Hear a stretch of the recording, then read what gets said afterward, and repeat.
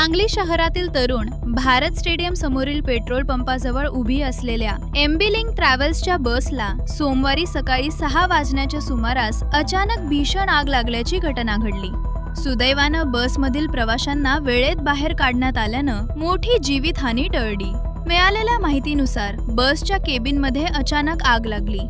आग लागल्याचे लक्षात येताच बसमधील प्रवाशांमध्ये एकच गोंधळ उडाला। चालक व कर्मचाऱ्यांनी प्रसंगावधान राखत प्रवाशांना बसच्या मागील बाजूच्या आपत्कालीन दरवाजातून सुरक्षित बाहेर काढले।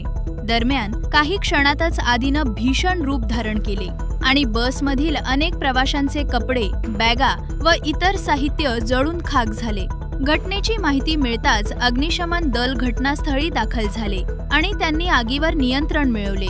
या आगीत बसचे मोठे नुकसान झाले असून आग लागण्याचे नेमके कारण अद्याप समजू शकलेले नाही। या घटनेची अधिक चौकशी सुरू आहे।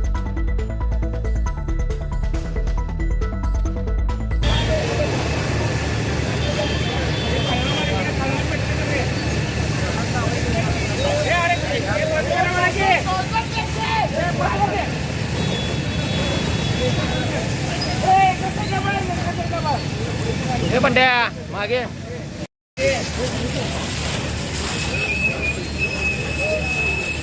काय झालं बंड्या? कुठली गाडी? पॅसेंजर होतं काय?